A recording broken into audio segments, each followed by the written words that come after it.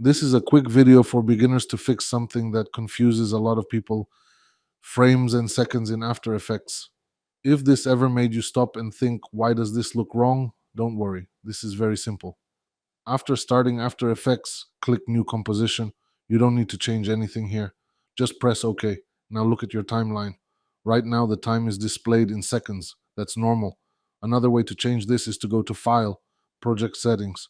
Under Time Display Style, you can choose time code or frames. For example, I'll switch this to frames and press OK.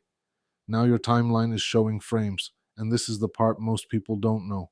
If you're seeing both frames and seconds and it feels messy or confusing, go to Edit, Preferences, Display, uncheck, show both timecode and frames in Timeline panel, and press OK.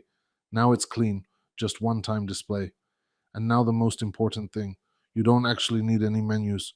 If you want to change this to frames, hold Control and click directly on the time display. That's it. To go back to seconds, hold Control and click again.